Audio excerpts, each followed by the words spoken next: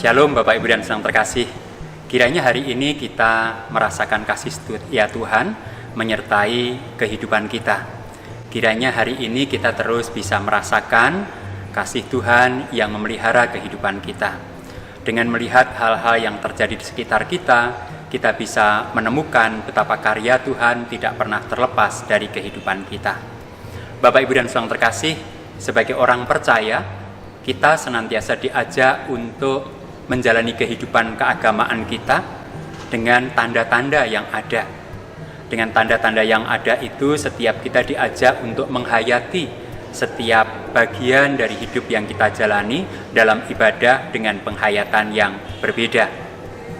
Minggu ini kita memasuki Minggu Advent yang pertama.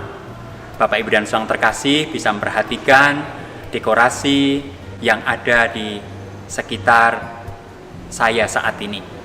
Warna didominasi oleh warna ungu, pengharapan. Ada lilin Advent yang sudah menyala. Bapak Ibu dan Saudara terkasih, apa yang diharapkan dari tanda-tanda ini?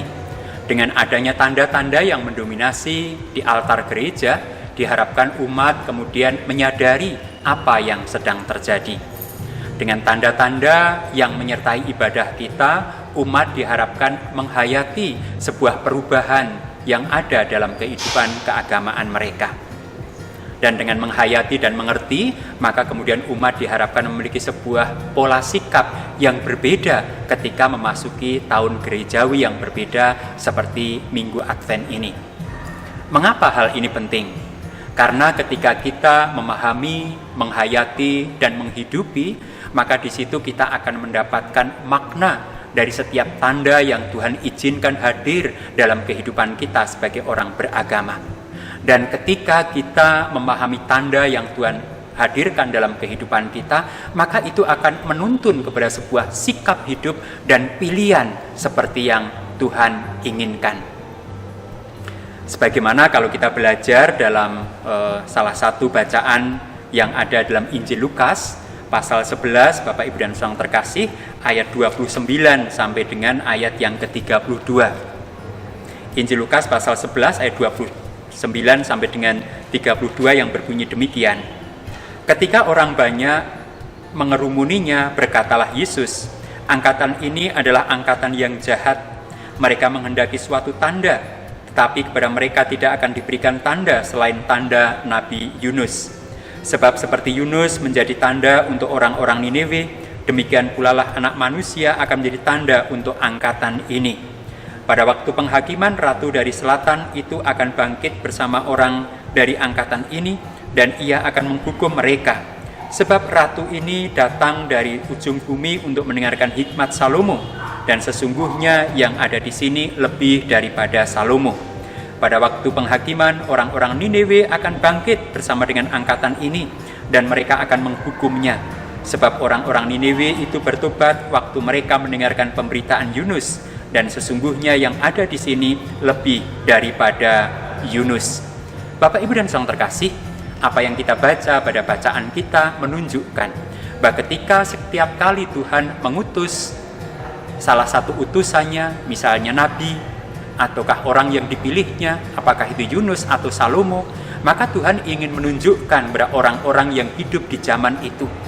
Dan ketika orang itu diutus ke tengah angkatan orang-orang itu, maka Tuhan punya maksud agar orang-orang itu memahami sebuah peristiwa yang akan terjadi dalam kehidupan mereka. Di atas semuanya itu, orang-orang itu akan menemukan karya Tuhan di tengah orang-orang yang diutusnya.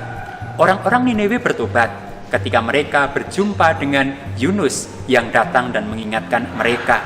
Ratu Seba dari selatan datang mencari Salomo untuk mendengarkan hikmatnya. Ketika Kristus datang, maka sesungguhnya yang diharapkan adalah pertobatan. Karena pertobatan itu akan menghadirkan sebuah perubahan hidup, dan perubahan hidup itu akan menyelamatkan. Perubahan hidup sebagai tanda bahwa kita mengerti tanda-tanda dari Allah. Perubahan hidup yang menjadikan kita menghayati tanda-tanda itu. Dan kemudian juga penghayatan hidup sehingga tanda-tanda itu tidak berlalu begitu saja, tetapi melalui tanda-tanda itu kita menemukan sebuah titik balik untuk memulai sebuah kehidupan dan penghayatan yang baru. Lilin Advent pertama sudah menyala, warna ungu mendominasi dekorasi gereja kita. Apakah itu hanya tanda lahiriah saja? Bukan, itu adalah sebuah panggilan bagi kita untuk mulai mempersiapkan diri. Melalui tanda itu, kita diajak untuk mulai menghayati akan kedatangan Kristus kembali. Kedatangan Kristus pertama kita rayakan sebagai Natal. Kedatangan Kristus kembali akan kita hadapi sebagai Hakim. Apakah kita siap berubah sehingga ketika Kristus datang, kita sungguh-sungguh menjadi pribadi-pribadi yang berkualitas, yang siap menghadapi penghakiman itu? Mari, bukan hanya melihat tanda, tetapi kita membaca tanda dan menghidupinya, sehingga hidup kita sungguh berubah, bertobat melalui tanda-tanda yang Kristus hadirkan. Tuhan berkati. Amin.